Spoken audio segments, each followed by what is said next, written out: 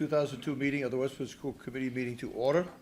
First, we will begin with the Pledge of Allegiance to the flag. To the flag of the United States of America and to the republic for which it stands, one nation, under God, indivisible, with liberty and justice for all. Thank you. First, I would like to recognize the Westwood Media Center, in particular Melinda Garfield, the director, and Connor Lynch, who's with us every single meeting, behind the scenes, keeping things good. So we're here by live stream, the meeting tonight. It's also available later, recorded for later viewing on the platforms from the Westwood Media Center. First off, I'd like to introduce Emily Parks, our superintendent, for her report. Great, thank you. Good evening, everyone. So I'm just going to start tonight with a quick update about lunch pricing. We had talked at a prior meeting about the fact that the federal program that has provided free lunch to all students, regardless of family income, is ending at the close of this school year. And under that program, districts were reimbursed at a particular rate for each lunch that was served. As we transition back to a typical lunch program, we had discussed that we will need to re-examine our lunch prices in light of rising food costs that we're experiencing. We thought that it might be possible to do that this spring, but in consultation with our Director of Food Services, we think it actually makes sense to wait to make any decisions until fall, until after the federal reimbursement rates for free and reduced lunch have been set, because that factors into our decision making. So we will plan to come back in the fall to the committee to discuss that issue, and we might have to make a mid-year adjustment. We've done that in the past, though, so we think we can do it. Any questions for Emily on this? Thank you. Okay. Just want to follow up. At last month's meeting, I mentioned that in May we were having a visit from a team representing DESE doing an accountability review. That visit did happen. They spent a week in the district, and now we await their findings. Tonight, though, I just wanted to thank all of the teachers, students, administrators, and parents who took time at a busy point in the year to meet and to be interviewed by the DESE team. These processes can be time-consuming, and they can kind of feel like another thing on people's plates. But I have to say we got some feedback from teachers and administrators that it actually felt really good to talk about the work in the district, and that they came away feeling like they had really great answers for the questions that they were asked, that they were able to answer every question asked by the team. So I really want to thank those folks for sharing their insights and their expertise. I do quickly want to give you sort of a final COVID update of the year. And so first, DESE has announced that at the end of the school year, it will be shutting down the pool testing program. And it's going to continue to provide the rapid at-home antigen tests for symptomatic students only through ESY. And so the plan would be that if there was a symptomatic student, a family could access a test through the school district to test at home. At the end of the summer, DESE will not continue to provide any tests in the fall, so they are sort of folding up that tent. Our on-site pool testing concluded this week. We sent our last pools in. DESE also announced a change in their COVID protocols just, I think, maybe a week ago for the remainder of this year. And the key change there is that students who are unvaccinated no longer have to quarantine as a close contact as long as they are asymptomatic. So that's a change. Starting at the end of June, we're going to be transitioning monitoring and management of quarantine requirements for positive individuals to the local public health department. So the Westwood Public Health Department will do that. Similar to us, they have an online form where you can report if someone in your household has tested positive, and then they will support you with whatever you need to do at that point. So I do really want to thank our COVID team and our school nurses for all of their efforts again this year. I think it was a lot more challenging than we had anticipated or hoped for last spring.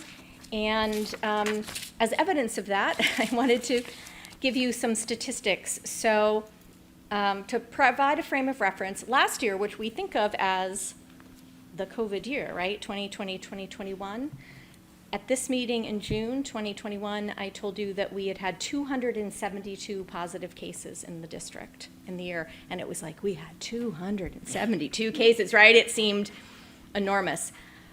This year, this school year, we have had 1,479 cases in the district, 297 staff, and 1,182 students. So when we say that this year actually felt kind of harder than last year, it's for a reason. In fact, the month of January, if we want to reminisce for a second, we had 617 cases just in January this year. So it felt a little like the wheels were coming off. And I want to thank everybody all the folks in this room, everybody on our COVID team, all of our teachers, our support staff who really held it together operationally during some really difficult weeks. Also, just want to acknowledge that the district held 8 vaccine clinics this year to support the community in getting students and adults vaccinated. Through our pool testing program, we sent to the lab 8,556 pools, so that's like the test tubes, so there were many tests within that. And our COVID team and nursing staff administered 3,583 rapid tests at school this year as part of the Test and Stay program. You had forgotten that we had that, right? That we started the year doing Test and Stay and pool testing follow-up. So it has been a busy year, and I'm really proud of those folks who kept it all going and kept kids in school learning. So thank you to them. Want to turn over to Lemma for a second to talk about our bus bid and contract, transportation bid. Thank you. So this year, I just want to update everyone that our yellow bus transportation contract expires at the end of June, and also our special education transportation contract expires at the end of June. So with both of those expiration dates on the horizon, we were planning for new contracts. We issued an invitation for bids for the yellow bus transportation contract, and we received in response to that invitation for bids one bid, and it was from Conley Bus Company. In reporting to you on that bid, there is a substantial increase in the cost, but I have fleshed that out to really do an apples-to-apples comparison year to year, because we do have impacts next year with adding a bus due to the expansion of Metco at elementary. So extracting that, the cost increase year to year is 7.4%. If we exclude that Metco bus. Which is paid for through the Metco grant. Which is paid for through the Metco grant, excluding. and we have budgeted for that accordingly. So 7.4% is really the budget impact for us. I also looked at the fuel impact built into that bid that they presented, and I would attribute more than half of that increase to the fuel costs. We do have, in the way that the bid was announced, we have a fuel escalation and de-escalation clause. So if fuel rates drop, we will start to realize a drop in our bus costs as well. So that's good news. But now we do need to plan for it at this rate. And if fuel rates rise, we will also realize an increase in cost. So we share the burden of the fuel with the contractor. We have not awarded this contract yet. We're ironing out some details, but that's to be expected soon. And then in special education, we also reached out to Vanpool, which has provided special education transportation for us and has done so effectively. We have come to an agreement for a 1-year contract with Vanpool. They have different rates for us. The in-district rate is a 5% increase, and the out-of-district rate is a more substantial 10% increase, and that's attributed partly to both labor cost increases and to the fuel cost increases for out-of-district rides, which are longer rides. So that's the status of both contracts. We agreed with Vanpool that we would be looking at what happens in the market in the next 6 months, and then resume our discussions with them in the winter, planning for hopefully a multi-year contract in the future, but we couldn't enter a multi-year now given the climate. So that's the status of both. And then that dollar above budget is like 50,000, we budget like 3% or 4%? We We did budget, 3. exactly. So we are It's like 50,000. about $50,000 over budget for the yellow bus contract. Any other questions for Emily or Emma? So Thank you. I just want to end with a couple of school highlights since we're closing out the year. So First, at elementary school, the chicks are back, which is very exciting for our elementary kids. And Beth Swinning, one of our elementary librarians, reached out to share some nice news about how our elementary students have been observing eggs incubate and ultimately hatch into chicks. It's been a great science experience for them, lots of connections. In the curriculum, some obvious science connections, but some engineering things, designing food and water delivery systems, and learning, writing their observations, so some good literacy prompts as well. And so that's exciting, and I thank Beth for sharing some nice videos with us. At the middle school, I want to tell you about this great student leadership initiative at Thurston. They're forming a group called the Community Builders. The folks at Thurston have been thinking about how to really leverage student voice and student leadership to build and sustain a positive culture and climate at Thurston. And so they've identified a group of students who are going through a day-long training at Hale, focused on leadership skills, conflict resolution, and fostering an inclusive community. And we think that in addition to helping with, proactive programming and around positive climate and anti-bullying and service to the community, that this group is going to help build the skills and the capacity needed to be able to respond sort of quickly and effectively if there are things that happen at the school that need to be processed in the student community. So we think that this could be a really wonderful, proactive program, especially as we think about some of the challenges that we've had this year. So I thank the folks at Thurston. I know that Mike Redmond and Latifa Frank and Catherine Stewart, I think, have been really involved in conceiving of this and getting it off the ground. And then at the high school has reimagined and expanded the 9th grade orientation program to be a 2-day event that's going to be held in August prior to the start of school. And this program is something that a group of student leaders are working on. They're really sort of defining the objectives and the goals of the program and figuring out the best way to go about it.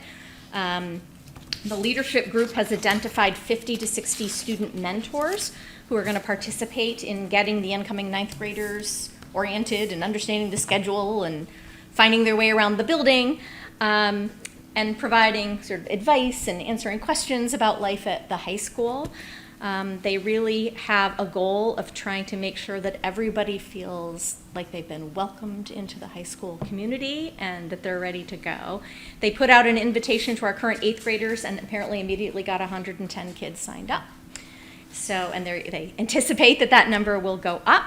And I just want to mention that Allison and I had the pleasure of participating on a panel of faculty this week who did a consultancy protocol with the high school leaders, sort of like a tuning protocol to give them feedback about their planning and help them refine their thinking. And I have to say that was a really great experience. They were really impressive, and I think it's going to be a great success. So thanks to the high school students for getting that off the ground. And lastly, I have some pictures to share with you from today. So today we held our milestone ceremony.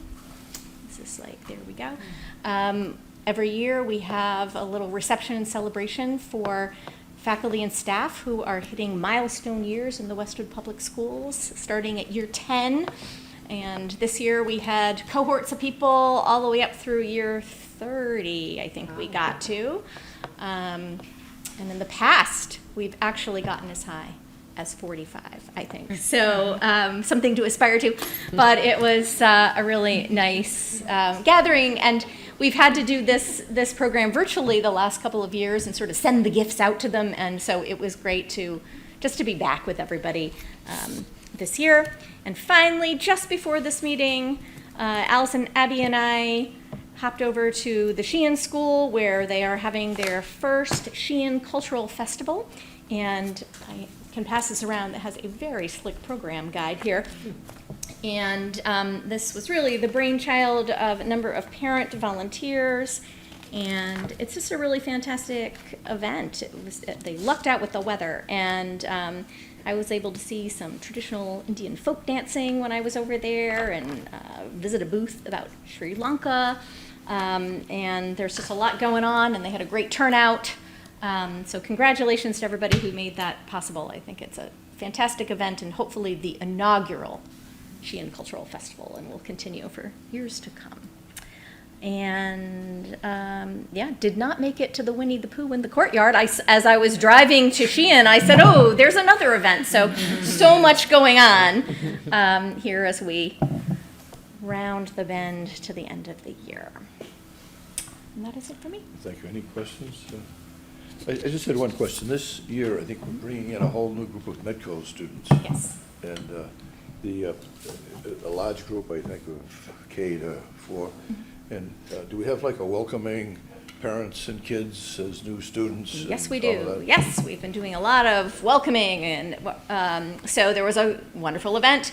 I think that was just last week. I'm losing track of the weeks. Was that last week? The community event at Hanlon. I'm looking at Dory. She was one of the key organizers of this event, and so that was a way to welcome Boston families into the Hanlon community. But beyond that, as students have been going through the process of sort of registering and, you know, the intake and assessment process, there has been a wonderful group of staff and parents who have really made that a welcoming experience for kids so that they can kind of get to know Hanlon before they're actually coming to school in the fall. So it's I been love great. the story of our former school committee member, Josepha Jowdy, the emeritus, that she was honored by the Metco program for bringing in Metco kids who were here at night for the plays, the music, or sporting, to go back to her house, stay with her couch. Yeah. They were members of her family. Yeah. So they wanted to reach out to thank her as a part of the welcoming families in Westwood. Yeah, I'm just going to say that was something I enjoyed about the community night at Hanlon was that we had also been, a team of us went into Boston to Metco HQ and did an event for families in Boston where we sort of introduced them to the team and talked about the culture of the school and answered a whole bunch of questions. And so it was really neat. We got to meet families in Boston and then saw some of those same folks out at Hanlon. And so it was a nice, I feel like a lot of connections have been made already, which is great. Thank you very Dory, much. do you want to talk about the Welcome Club? Oh yeah, there's a club. Yeah, I can. I didn't want to interrupt. Please. But yeah, yes, we do have a whole welcome club going on. Actually, there's one at Hanlon and there's one at Thurston. And so Mandy back there is actually taking the lead on the Hanlon Welcome Club and helped organize a week, I think it was the first week in May, where families were coming to Hanlon. And we had, I think, 3 or 4 parent volunteers on the hour coming in and interacting with the families. And there's I don't even know. There's so many activities planned. There's from now through, I think, the end of 2022 for both clubs. So That's great. yeah. And every family Boston family has been assigned Yeah. a Westwood family by Yes. now, right? Yes. Yes, so we have a matching program, and so resident families are assigned a Boston resident family to, you know, just interact with, connect with. And then in terms of spring activities, we have been incorporating our Boston students who are registered for next school year into the spring activities that are happening. So for instance, tomorrow, Deerfield and Hanlon are going, the 5th graders are going over to Hale. And so we have Boston students that are registered to be 6th graders are going to go with their new classmates over to Hale and participate. So we're really incorporating our incoming Boston students into all of the things we're doing this year. I did not realize that. That's great. I love it. Thanks. Thank you.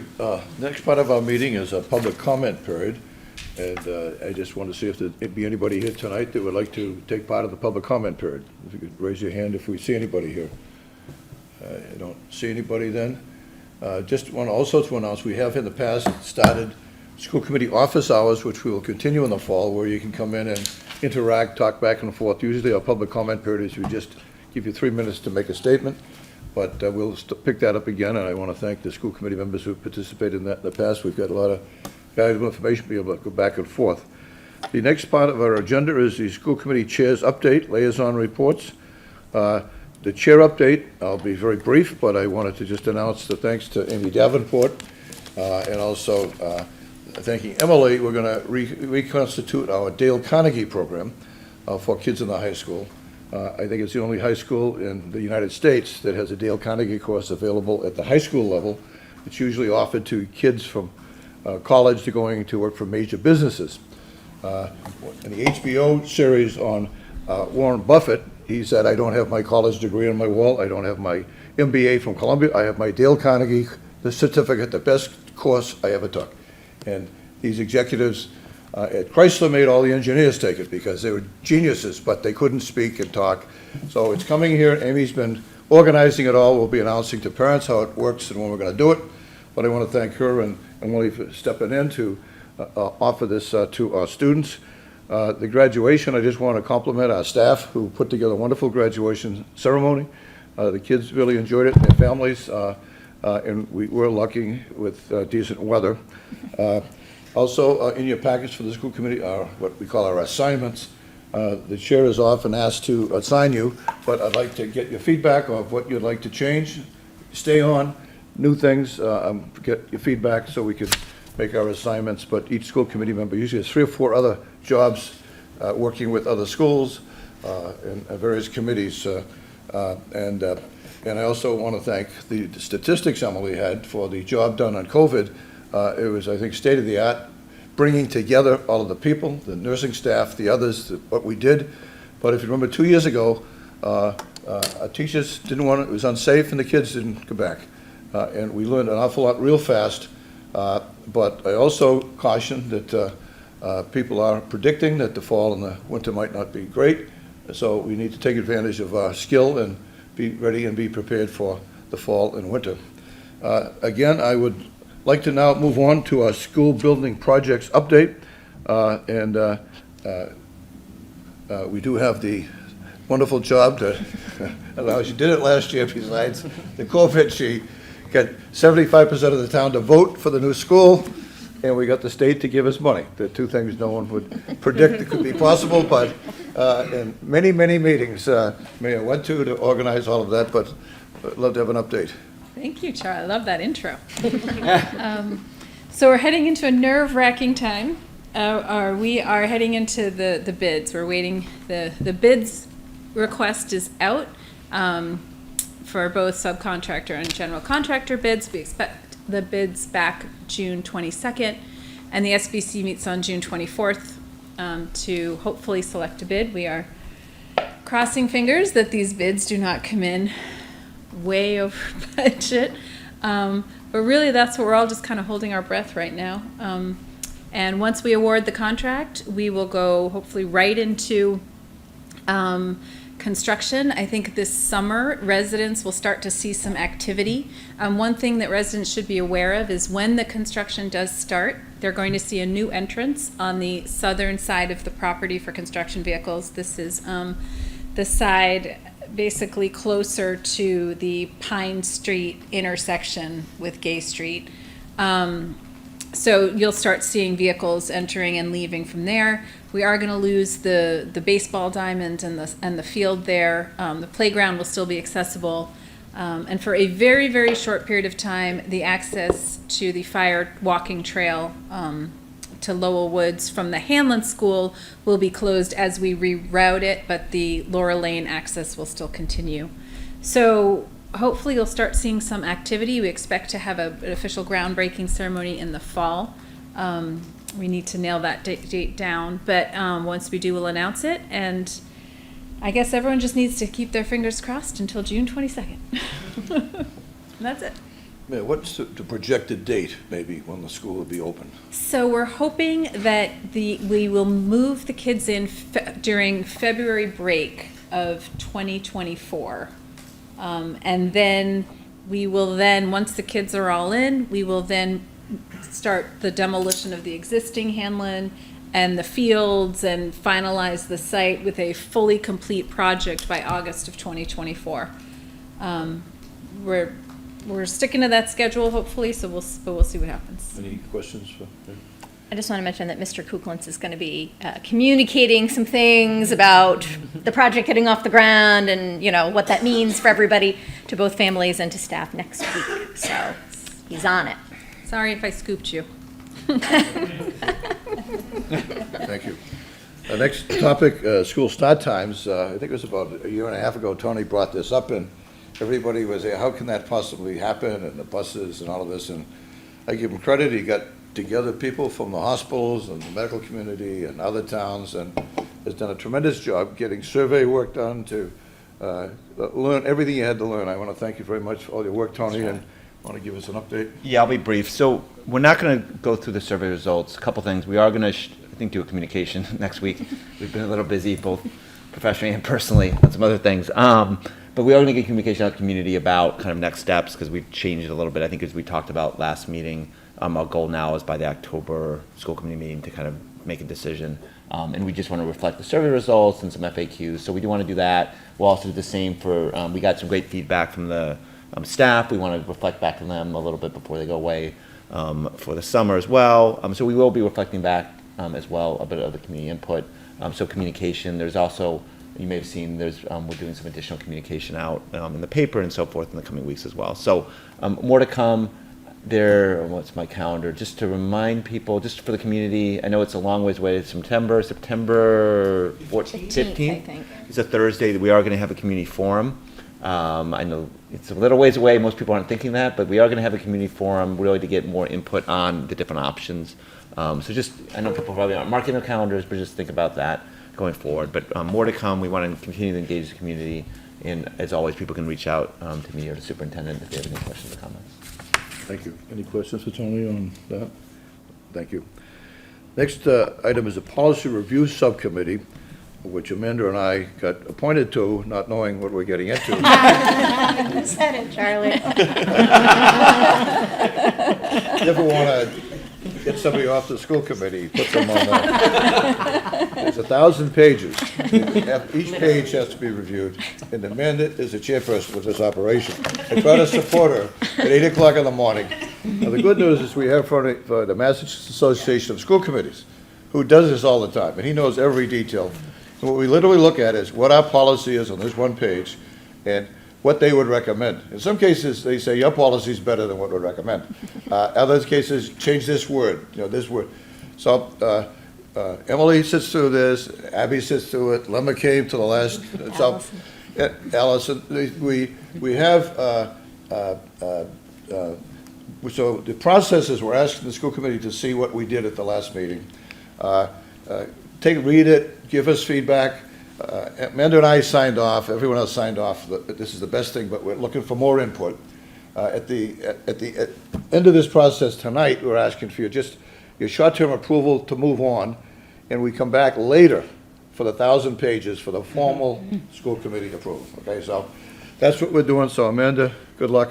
Thank you. Thank you, I need it. So just quickly, and thank you for that, Charlie. It's funny because I'm well aware of my weaknesses and I'm not detail oriented, so this is particularly challenging for me. But the team has been great, and Jim Hardy is phenomenal. So this week we reviewed general school administration, and then Lemma really took the lead on the fiscal management piece. And the one thing that came up that we need to discuss, that John was nice enough to put a memo together for us, is the policy CBA, the qualifications and duties of a superintendent. And I believe, Emily, you said that this kind of predates ed reform, right? It's like so incredibly old, the one that we have. Yeah, so what Jim told us is that, so what the school committee has is a job description in its policy manual. And so what Jim told us is that many districts don't include the job description in the policy manual. They include it with the job descriptions, and we have all kinds of job descriptions. But he said that it's, completely up to local decision if you want to put it in there or not. But the current job description that's in the policy manual seems quite old. And so if we want to keep it in there, we should revise it. And we did John did a little research and looked back at the time of the last superintendent search. This committee did, I think with the consultant, develop a profile of the superintendent. I don't know if which I think would be a good basis for a job description. So that would be one way to go. So there's two things here. First is whether or not we put the job description in the manual, and second, we need to revise the job description? Yes. And is there any reason to put the job description in the manual? Then I would say no. Not a policy, To me, that so. might be a living document anyway. Right. And then I think we would just work on updating the job As we need to. description. That's what I would. I Yeah. agree. That makes sense, because who knows, We know things change, so Yes. who knows? That So- seems reasonable to me. It just seems practical. And so, I do think that it would be handy to have a job description in the job description manual, but not in the policy manual. Okay, so for great. this purpose, we can put that aside. Great, so everyone can review those, and then we'll vote on them next meeting. And Can down I action ask a items. favor? Yeah. So when we get the policies, they come to us as a PDF, Mm-hmm. and the track changes view is a certain way. Mm-hmm. Can we get it as a Word so we can toggle if we want to change the viewing of how you see the track changes? We can Yeah, do I that. don't see why not. Yeah. Great. All right, Think Jim send it to us as a PDF? We can Everyone- figure it out. Okay, okay, great. Yeah, I know thanks, John. it may go under the approval, but I did want to just follow up on the one question I had, because it's probably better now than later. So the question I had last time was around, there's a policy, but if we do in practice, like, for the example is subcommittees. about it, yeah. Okay, so what's our philosophy around, if we do in practice, what's different there? So Yeah. he changed the wording Okay, to okay. reflect that we can do it kind of whenever. Okay, okay. It doesn't need to be at the Fine, planning. okay. meeting. We discussed In that. general, okay, I just mean going forward as we go through these policies. So if our practice is different, what we see, we should, in theory, assuming that there's no reason not to change the practice. Yes, Yeah. definitely, and Yeah, that has okay. been part of the conversation. Okay. I mean, we would look at something and say, well, that actually isn't how we do it, and then Right. we'd kind of talk about that. And so you had raised a specific question that is in, I think, section B, that we're Yeah, gonna section be B, okay. voting on, and about when the liaison appointments are Right. made. And so we revised it Okay, to reflect our practice. okay. Yeah. fine, Okay, thank you. Anything else? Okay. Any other comments, questions, or suggestions? Charlie, would now be a good time to talk about the roundtable, the office hours that we did in May? Does the committee want to hear kind of how that went and what people said? Yes, I think it might be. Sure. Just, Yeah. this is the last meeting we had, office hours, and this is a report from the school committee. I unfortunately tried to join the meeting, but I was banned because I made it it's a public meeting with anything going, so, anyway, I left, but. Couldn't have a quorum. The school committee members who were there, update us on what the public had to say and what you had to say to them. That would be helpful to do it now, if that's everybody can. Sure, I can give you the highlights, and Tony was there too, so jump in. Of course, everybody jump in. So it was definitely our most well-attended office hours. There were, I don't know, maybe 25 parents there, would be my guess. So that was great. We talked a little bit about the change in start times and how we're communicating out to some of our marginalized students and families and how they might be impacted in terms of childcare and extended day and all of that. So that was something that we, have taken into consideration. I would say what we talked the most about is the delay of the 5th grade anti-racism workshop. There was a lot of feedback about that in terms of why that happened and the impact of that, as well as the communication that went out surrounding the workshop. So a lot of parents spoke up about that, which was great to hear all of that feedback. We discussed the desire for more social opportunities for students, and that was a really interesting conversation in terms of a little bit about like what the parents want versus what the students want and who's driving the bus. So we thought one idea would be to survey students to see what they would really like. So I don't know if the district could take the lead, or we talked about maybe student council running with that. So hopefully that's something that can get done in the fall. And then there was some more feedback that was taken into consideration regarding how the district and how the community in general is communicating out when there are acts of hate or racism, and also how we're communicating progress on our DEI initiatives. So there were different ideas in terms of like a decision-making tree. One thing we talked about was maybe we could, moving forward, have like DEI work as a ongoing agenda item at these meetings, so that if people are interested in hearing what's happening, they can tune into the meeting. I don't know if that's something the committee would like to discuss at another time. I think, did I miss anything? No, and there was a little bit of, the only other thing of note was, a continued question around, particularly a few weeks ago when COVID was spiking again, around substitutes. Oh, that's right, yep. I think substitutes have been a challenge, as I think everyone can attest to, and our philosophy at the high school has actually been, even before COVID, is they don't do instruction, substitutes don't do instruction in the high school, which I think we just need to continue to inform people that, you know, whether or not you get assigned something in Google Docs, they still get assignments, but even 5 years ago, they weren't instructing, so. Right. But that's a challenge, but, you know, we'll continue to, hopefully, COVID will continue to, no, actually, this peak actually was better, so. Yeah. It was better, so hopefully COVID will continue to subside, so. I just want to say one thing about the socialization for the students. Mm-hmm. So my daughter's in 8th grade, and she is super excited. I don't know if Mike's here. Yeah, there he is, with all of the stuff happening, and I'm thrilled with it. I think it's going to be wonderful. But it sort of reminded me that the class of 2024 really had nothing because of COVID, right? It was spring of 2020. And I'm just wondering if there's something we can do for that class to, Trying to do the math and who they are now. So they'll this be is- the rising juniors. Rising And it's juniors. just the comparison between what happened with my oldest and what's happening with my middle. And I just think that, you know, there was nothing for them in 2020. There was nothing clearly for, I just think if we can think about something for this particular class to try and make up for that, and maybe try and get them a little bit more cohesive. They might not want to do it. I think there's a lot of students out there who think that they don't want those things, but I don't know, the difference to me is just striking me. So I think if we can think about that. Yep. Thank you. One final thing, I do want to just thank all, this goes without saying, thanking all the parent volunteers that have continued to volunteer.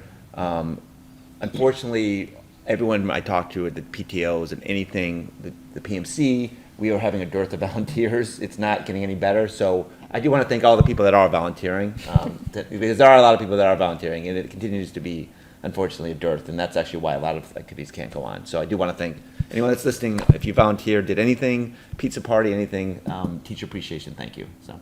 Yes. Thank you. I think we're supposed to just vote on what you got to just put it to the end, but what we did the other day, we sent out to you, don't we vote on that to The subcommittee. the subcommittee? During action items, we're going to Action vote on the item. other, Okay, fine, we'll do the it other then. section. Okay. Yep. The other liaison reports, any other liaison that would like to report? I'd just like to update the group I worked with, which was a collaborative of about 40 towns on COVID, is going to keep alive on if things go bad, how do we get together? But that's the group that figured out how to go from $85 to $5 in pool testing. That was the group that figured it out before the federal government or state government did it. And just an update report, the third grade history program at the Fisher School, which was done remotely this year, just ended. 12 third grades did it. Masha Uretsky was a key person behind it. And janitors moving 6 boxes to each classroom, and so we got good reports back. Every year we learn, we ask teachers and kids for feedback, but we kept that alive. Hopefully we'll be back at the Fisher School next year, but that program stayed alive with the helpful of Masha and the third grade teachers. 12 third grades did it. Next thing we have here are discussion items. Could I just give one more liaison report? Please, I'm sorry, please. Charlie. It's not an official liaison. It's something kind of new that we mentioned last week. But we had our kickoff meeting just this morning for a safe gun storage workshop that we're hoping to do in October. So it was myself, Dory, Emily, Danielle Sutton, Matt Kuklins, and Chief Silva. So it was a great meeting, and in terms of next steps, we're looking into presenters that could come in, but it's meant to be a community education opportunity where we'll hopefully have a speaker and then an expert panel to answer questions. So once we have the speaker and the presentation finalized, then we'll bring that back to the committee kind of for approval. Dory and I are checking out a couple of different options. So more to come on that, but. Should be a new liaison group. Okay, Okay? perfect. If you're spending your time on it, and that's a gun storage. Safe gun storage. And a parent program about how to have conversations with other parents about the situation in their house when you're arranging for play dates and things like that. Well, you think we're lucky, the last I saw, the Massachusetts is the lowest homicide rate with guns next to Hawaii, where, but all of that was a lot of hard work by a lot of people in Massachusetts to do what we have done, so it's a great place to be for that. The action items, approval of the section B, which was, we talked about We the, haven't done discussion. I'm sorry, excuse me. Thank Would have you. really fast-tracked the Man, that meeting. would've been So Get it going fast. everyone out there is, Get it out fast. Okay, report on the district goals. Emily? yeah, thank you. So I provided the committee with a lengthy report about the district goals, and I don't intend to reproduce it here, but I do just want to mention a couple things. So as you know, we have a strategy for district improvement. We have 4 main strategic objectives: meaningful learning experiences, coherent connected curriculum, healthy and supported school community, and infrastructure for the future. Each of those objectives has either 3 or 4 priorities for each year that are then operationalized with action steps that move us towards intended outcomes. I would say that our strategy is really focused on the instructional core, and when you look at the priorities, they are clearly interconnected and complementary. So our administrative council continually refers to those priorities as we do our daily work. They really steer the district's professional development. They're embedded in our school improvement plans. They guide the budget discussion and the allocation of resources. And of course, throughout the year, members of the team report on the progress towards those goals. And so, at each school committee meeting, you have heard the report of the social studies curriculum review findings, or we've talked about the Sheehan capital planning, or, what have you. And all of those presentations, I just want to say, are available on the district website for public access if people are interested. We did have an opportunity about a week ago as an administrative council to retreat for a few hours and to reflect on the status of each goal and begin planning for next year. I included in your report a document that reflects that discussion, where we think we are with everything. I would just mention that I think this year really had some very important accomplishments, also had some unexpected opportunities that were great, and also some unanticipated challenges that impacted the work. So it does seem like a distant memory, but I think the vote to support the Hanlon Deerfield building project and to move that forward is a very significant accomplishment for the district this year. We had a robust community process. Even during a pandemic, we continue to meet all the milestones required with the MSBA, and as Maya said, are expecting to break ground this summer. We've been working on that for many, many years. So that felt really good to move that project forward. We've talked a lot about this unexpected opportunity that we had to expand METCO to the elementary program. And we didn't think that was going to happen. The opportunity kind of presented itself out of the blue, and we really pivoted quickly to capitalize on that opportunity and to increase that grant funding, and then had to really focus on the preparation needed and sort of putting all those pieces in place to ensure that we have a successful launch next year. And you heard about some of the things that are happening in terms of supporting students and Boston families and making connections with Westwood families. We've provided training for staff. We've provided community programming and presentations about the history and the purpose of the program. Really been very thoughtful about how we're approaching this work. It is a community effort, and I specifically want to thank Latifa Frank, Candace Bass, and Matt Kuglentz, who are really leading that work. Unanticipated challenge, of course, we greatly underestimated the impact of COVID this year. We reflected as a team that coming off of last year, where things had been very disrupted, when we then set forth our strategic priorities, we were pretty ambitious and kind of went for it, and then found ourselves sort of realizing in August and September, oh my gosh, this is not over, this COVID thing. So that created an interesting context. We kept the COVID team in place to monitor cases and implement testing. We contended, as you know, with decisions around masking and lunch protocols and desk arrangement and van protocols and tent rentals and vaccine clinics and all of that throughout the year, and navigated some surges that created some operational challenges. I also do want to mention to the committee that we had a small number of families that required remote learning accommodations when we were still in the pre-vaccination phase, and As you may or may not recall, last spring, DESE was pretty clear in signaling that remote learning wasn't going to be allowed at all. And with a group of superintendents, we kind of reached out to DESE to say, we want to talk to you about that. And through that advocacy, their policy moved towards allowing for some medical accommodations. But my assessment at that time was that the direction DESE was going in was still not going to meet the needs of our families in Westwood. They didn't allow for accommodations for other members of a household where there were health concerns. And I feel really good that we really advocated very specifically with DESE to shape and influence the policy that was ultimately put in place. I think it should say Westwood Clause on it somewhere. And we really made sure that we could meet the needs of our families. And I certainly thank some of the folks at DESE that I had some conversations with for listening and hearing that and getting it right. So our goals are really framed around stabilization and recovery. The context and reality felt a little different, but I think we can still point to a lot of success. As we discussed during the MCAS presentation in the fall, our assessment results largely supported what was sort of our belief at the end of last spring, that our learning model during 2020, 2021, while clearly not ideal, had produced some good results. And those assessment results demonstrated that our students did make important academic progress last year.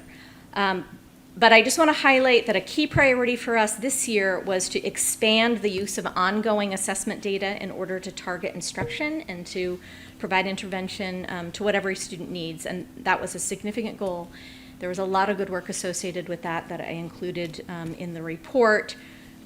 Specifically how we launched the use of the Renaissance STAR assessments for early literacy, reading, and math in grades K to 5. It's another tool for teachers to get quick data and feedback in order to plan for instruction, identify kids who need further assessment and possible intervention.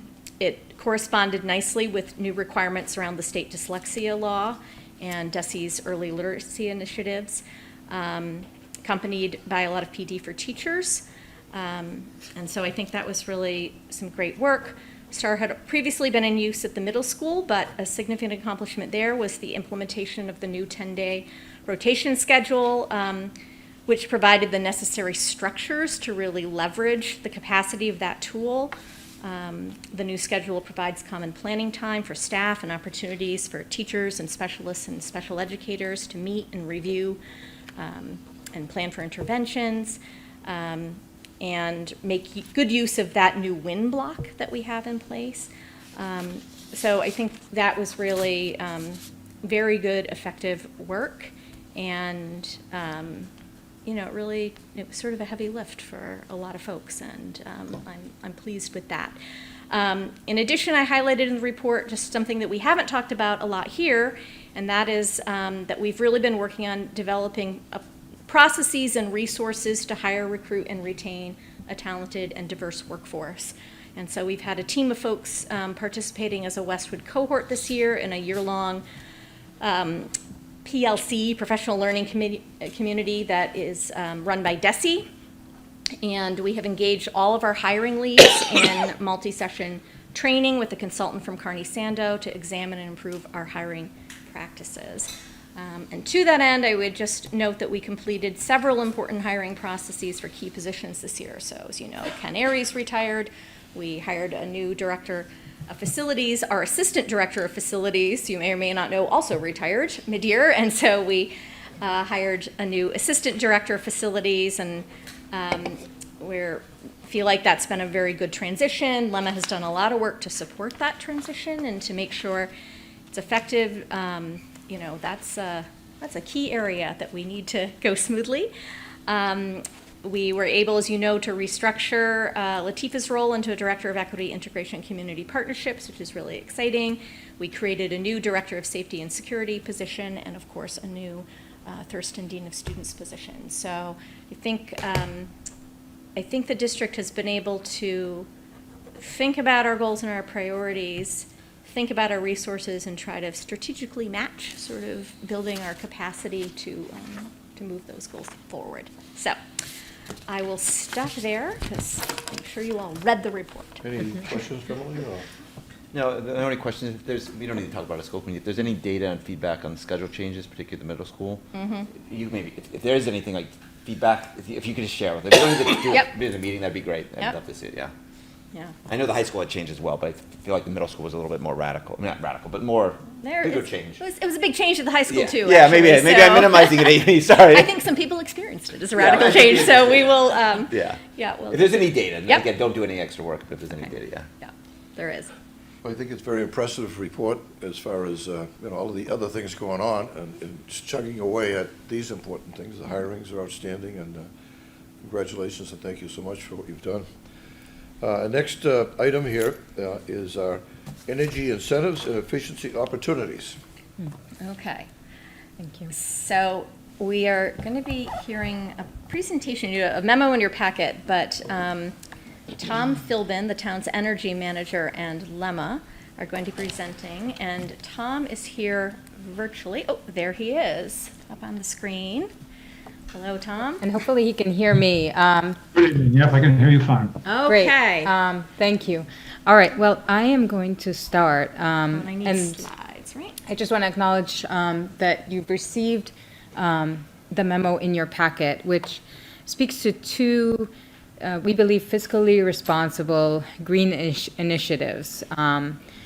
EV canopies or solar canopies and electric charging stations. So I want to start by providing some financial context on those initiatives, and then I'll turn this over to Tom, who will speak to more the program, especially the solar canopies and the electric vehicle chargers. I think Tom is going to be a disembodied voice for his presentation, because I'm not sure how It'll to run be- the slides and get his face on the screen. So, Yes. but we'll just, We might, yeah, we'll bring him on at the end of the slides. I yeah. can see you, Tom, on my screen, but Yeah, he's not on the might big be screen. impossible there. Okay.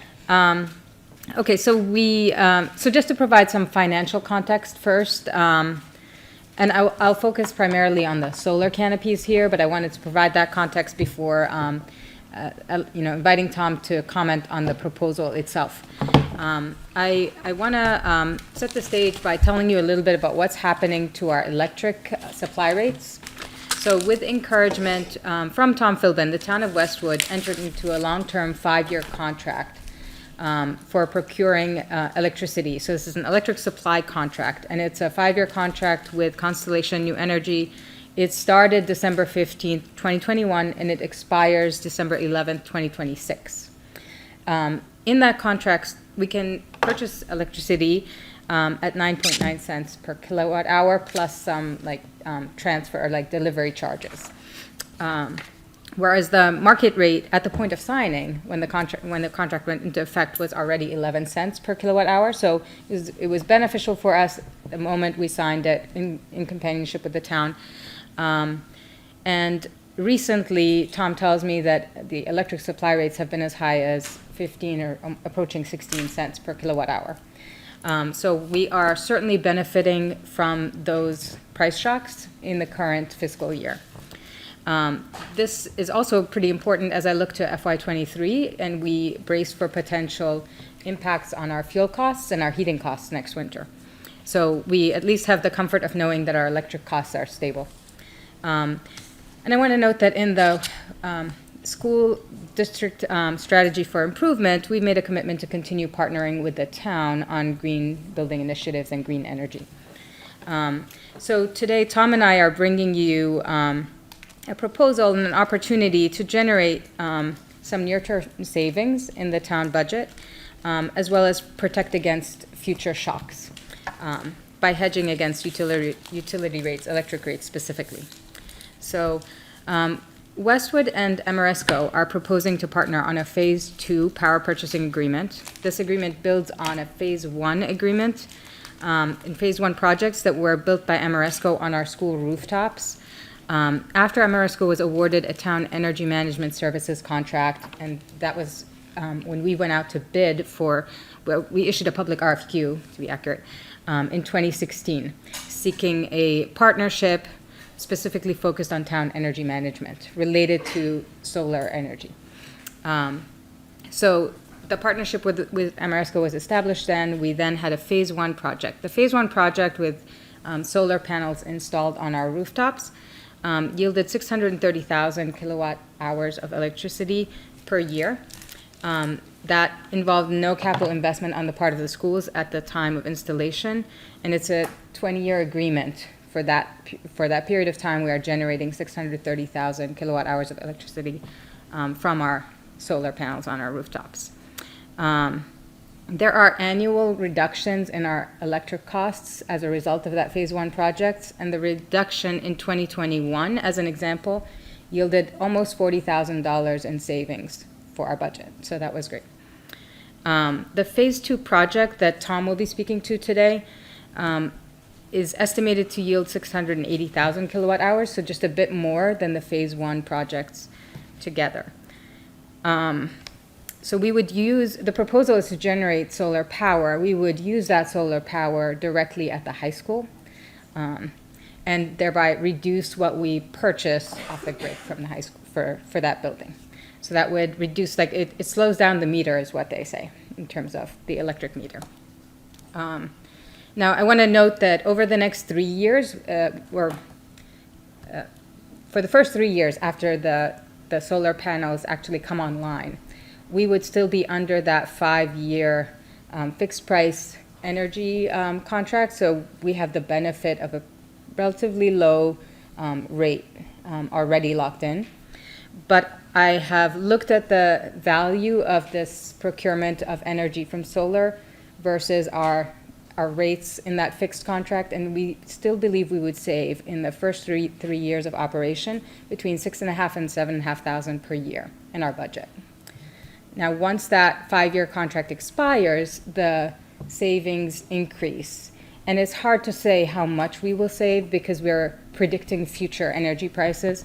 So if we assume very, very conservatively that in 2026, at the end of 2026, when our contract expires, the electric costs are 12 cents per kilowatt hour, we would save $22,000 that year.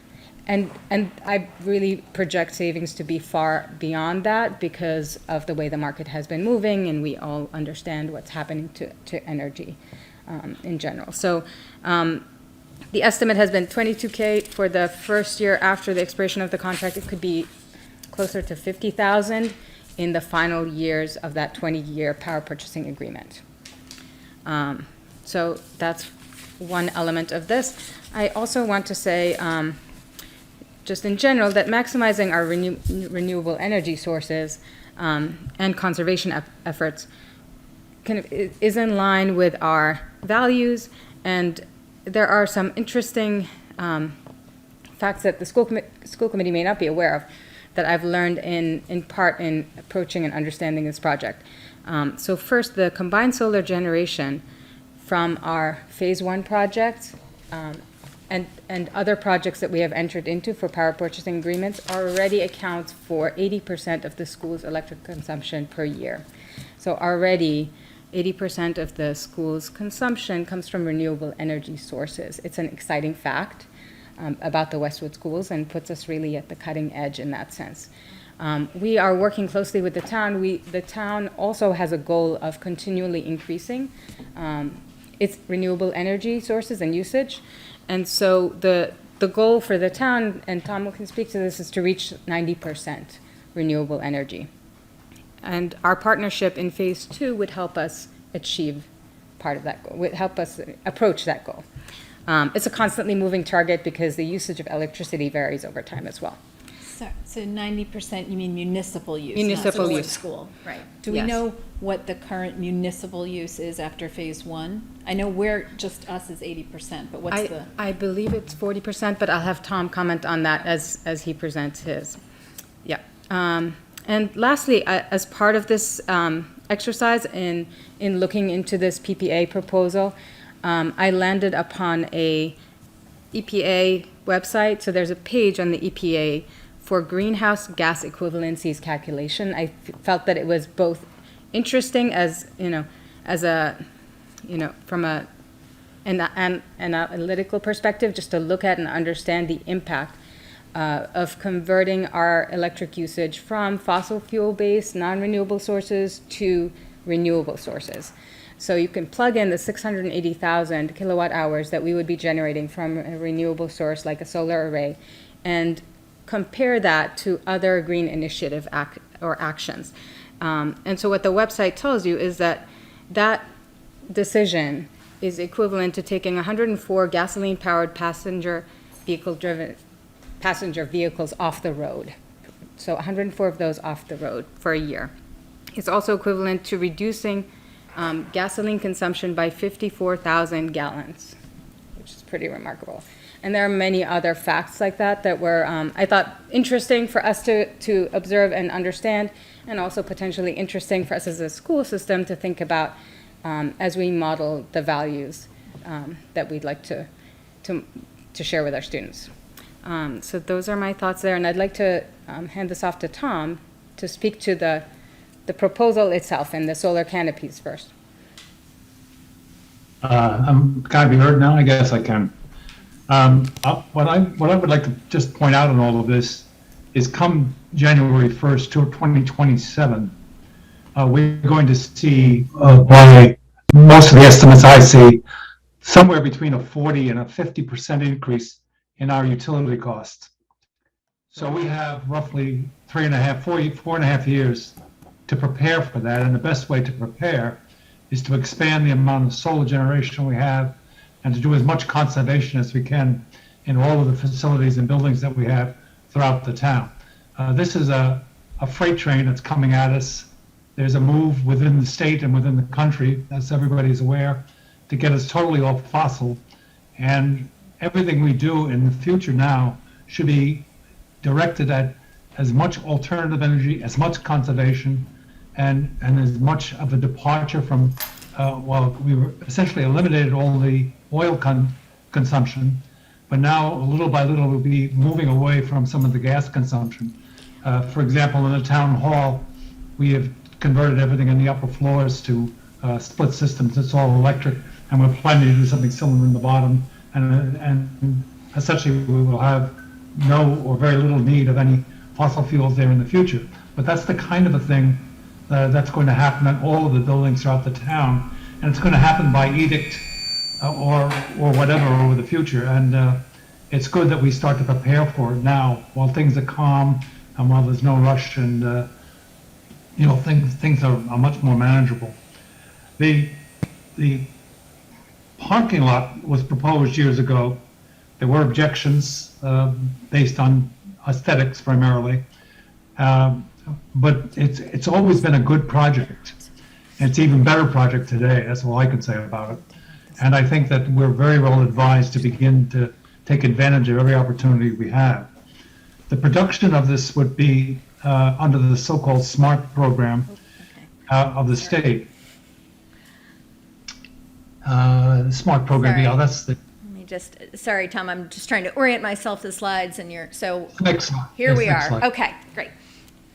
Go ahead. The SMART program in the state, if you go down to the next slide down, the SMART program is a program sponsored by the electric utilities in the state.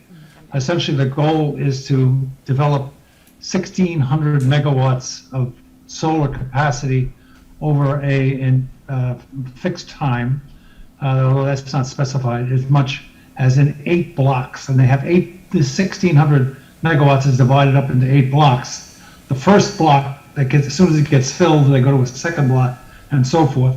And each block has declining incentives.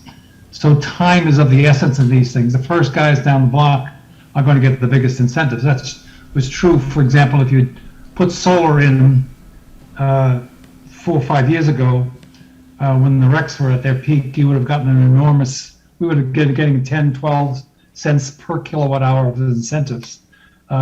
Now, again, these incentives have come down significantly, but they're still there, and they're going to get smaller. So the sooner we commit and the sooner we begin the process of trying to do as much solar as we can, the better it's going to be. Back in 2017, we had a request for qualifications went out. We had about 5 responses to the request for qualifications, and essentially we selected Amorisco as being the best qualified of the firms that we looked at, and the one where our legal review of the potential power purchase agreements that they found was among the best. So we selected Amoresco, and then we went into the power purchase agreement, and then we did the first round, and there was about a $1.7 million investment on the part of Amoresco in the solar rooftops that we now have at the high school, at Downey, at Martha Jones, and then Thurston. We're now getting into phase 2. And phase 2, again, we're looking to do the Westwood parking lot, which would add about 650 kilowatts, which is an enormous size. We'd add some more to the Thurston rooftop. We never could finish the Thurston rooftop in the past because they at the time had to do some repairs on the gym portion of it. So we never completed that part. The Council on Aging is very interested in putting up canopies in the front of their building as well. Again, some of the benefits of the canopies are obvious given the people who are using this center.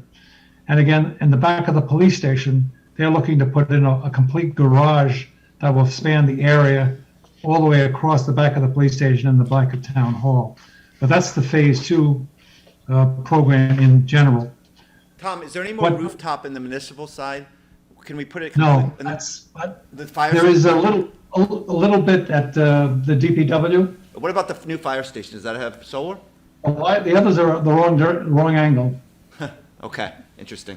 And in fact, if you look at the high school and the library years ago, if they'd turned the buildings, they would have been great opportunities. In fact, if you look at the high school, one of the things, if you ever want to see how energy gets wasted, wait till you have a snowstorm and then come in one day into the parking lot and look at all the roofs on the high school, and you'll see snow, and then you'll see one roof with no snow. So right away, you're going to know there's a lot of heat leaking somewhere. What about Hanlon? The new Hanlon? Hanlon Hanlon's going to go away. The No, new Hanlon, Sorry, the new Hanlon. the new Hanlon is going to be among the most efficient schools in the state of Massachusetts. It has what they call a 23 EUI. It's going to have a geothermal heat system, which is 100% electric. So could you put? It's going to have some solar panels. Yes, they're going to add solar panels to the roof. But again, Could there's we not put them in enough phase there. 2? Could Oh, we? hang on, just to clarify, we don't have any budget to put the solar, it's solar panel ready, Tom, but do you mean, by we, you mean Amoresco? You don't mean the building project? No, you don't need any upfront cash. That's the point. It would be part of the power purchase agreement. Okay. So there'd be no money out of pocket for any of this. No, so Hanlon, the Hanlon design is that the roof is ready for solar panels, but it's not part of the budget. It's not, and it's not part. It couldn't be part of phase 2. I guess is my question. It could be part of it, This is- and we have discussed it. But and there would be no extra cost by doing it. So just to clarify, the way they built the fire station was not solar compatible. The new fire The station. direction of it. New find, no, it was the wrong angle again. I mean, the Just for problem record, is it's good to know that. the input comes late, people, if Anyway, it came in early enough, I mean, even when they were doing the high school, there was a lot they could have done, but it's called spade a the spade. difference in attitudes between 5 years ago and now are dramatic. Understood. Nobody worried about the cost 5 years ago. Everybody worries about the cost now because they see the problem that we're heading toward.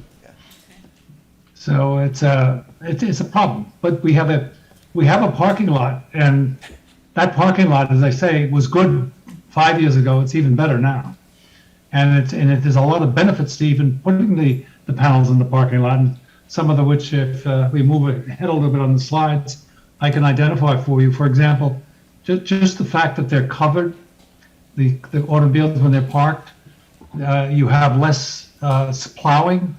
You're protecting them in the winter. You're from the snow. You're protecting the cars in the summer from the heat. Yes, sir. There's no loss of parking places. With the power purchase agreement, again, there's no upfront cash at all. And in 20 years, the town will own the panels outright. Anytime during the occupation, for example, the whole solar installation has roughly a 30% tax incentive write-off. The town cannot take advantage of that, and the town can't sell it. And that's the reason a power purchase agreement becomes economically the best way to go.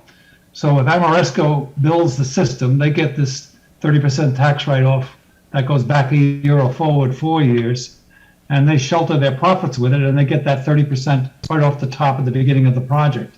After 5 years, if you take depreciation and the 30% into account, the value of the project that was initially 1.7 million might be down, it might be down as much as 50%.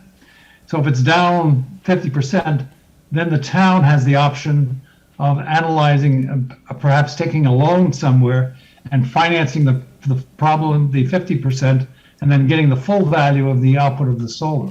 But it gives you a lot of options down the road with all of this solar being installed to offset to the electric costs that might be, I think, are going to get out of hand very, very quickly in the next few years. Tom, I'm just going to interrupt you for a second because I think it would be helpful for people to understand what's being proposed. And I'm just, we had this discussion about 5 years ago, and I remember that, what the concerns were at the time.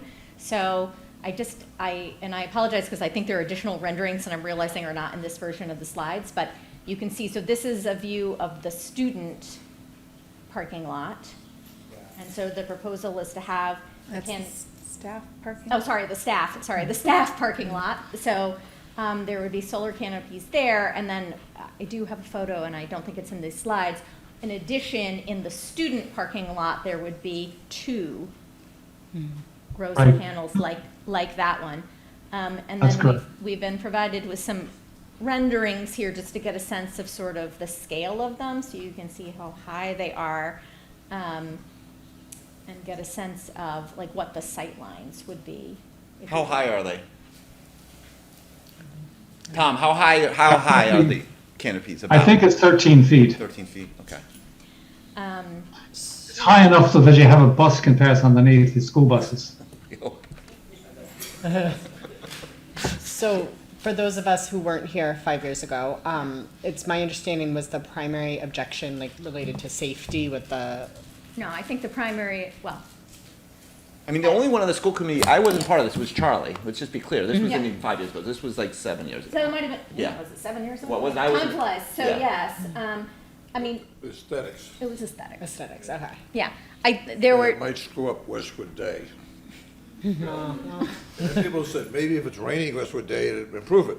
yeah, that's what we were thinking, like you wouldn't have to set up tents, so. Provide shade if it's really hot, Yeah, I mean, I think, so the concerns I think were at the time primarily aesthetic. I would say that since then, a number of schools have installed them, and so now you can like drive over and take a look, right? I think that we can more Let's see clearly which ones are, envision. what other school systems? Well, so Natick, where I live, they have them at the high school, they have them at the new Kennedy Middle School. Wayland has them at the high school, the middle school, off the top of my head. Stone Hill is the other one that's major. Lincoln, Lisa's raised, High school has them covering the parking lots. yeah. So it's just Oxford community in Boston. I mean, they're all over the place now. I become mean, more it's not, common, yeah. yeah. And so I think now we do have a better sense of the fact that I think people were imagining that there would be solar canopies and that like all you're looking at is the canopies, and now we kind of see from the height that you do have a sight line out to the fields and whatnot. That was one concern. Another If you concern, drive up the hill at at the headquarters of the Eversource, they have all the solar canopies around there, and they did a beautiful job, I thought, of the way they framed it up there, and you barely notice that they're there when you go in. yeah, the 2 other concerns that I heard, people were concerned about losing parking spaces because parking's a premium, but we've been told that under this proposal, we would not lose parking spaces.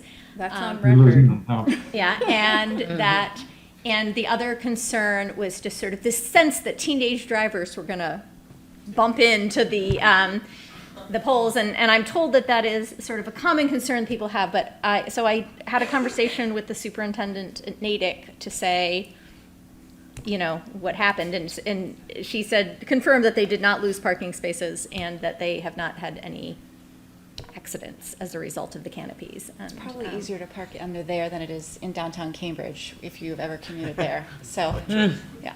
Tom, 2 questions. First, if a panel is damaged under this proposal, does Amoresco replace that, or is the cost of that on us?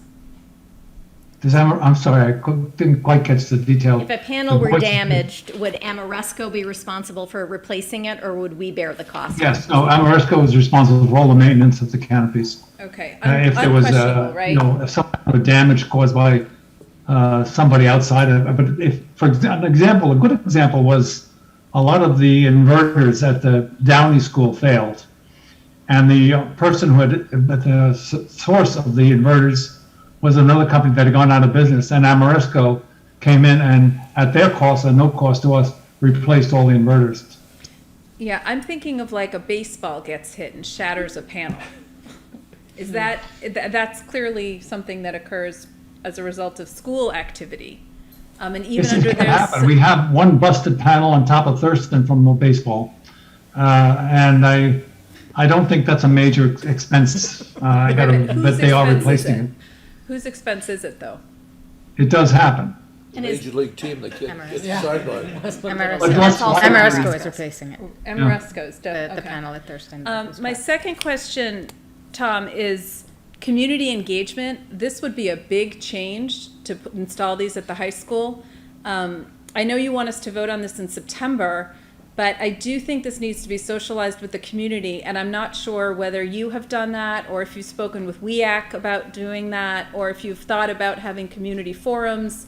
I just think this is, I remember the solar farm, and I think one of the major objections to that was that that wasn't socialized within the community.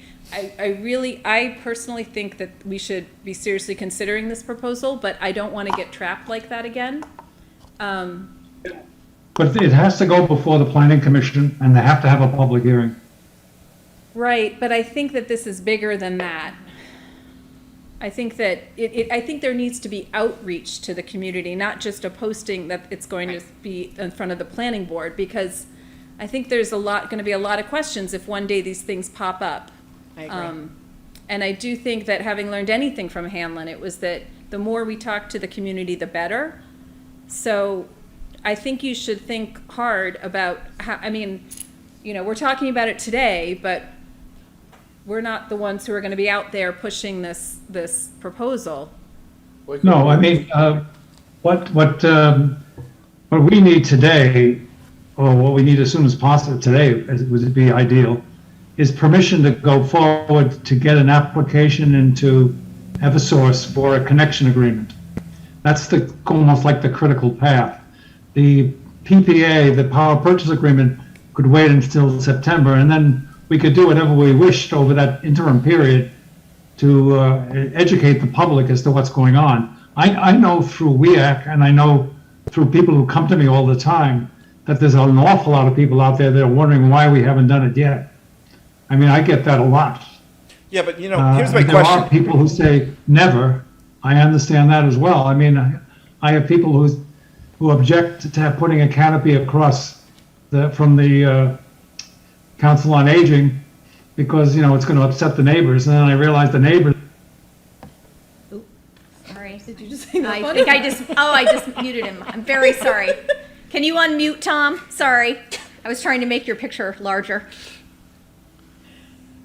Hey, could we just, which I cannot do. school committee, have a public meeting in September where we call people in, present this and discuss it and see We what kind of can, but feedback. it's not our project, right? I Well, mean, we they're can asking for our certainly. vote on it, right? They want our Right. support. We'd like to get the community to inform us by presenting what Tom has said tonight, which maybe the rest of the community hasn't heard yet. I think it would be appropriate. I think the community definitely needs that kind of I think we thing. can sponsor a meeting just to get better informed ourselves. I Yeah. feel like I'm being held hostage a little bit here.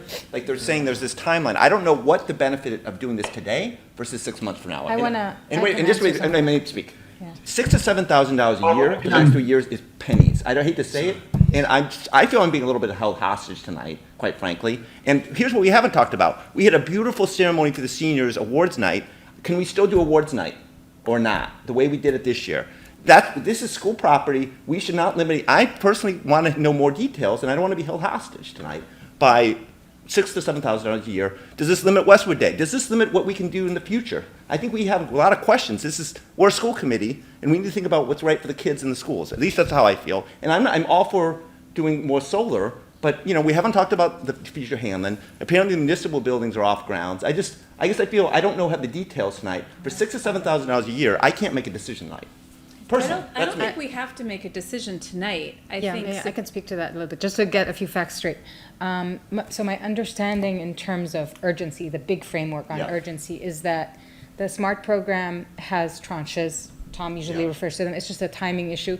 So there's an opportunity to enter the program now and get incentives. The incentive opportunity now is higher than the one we might find down the road. So the longer we delay, the longer we risk that the incentive that's available now is no longer available for us.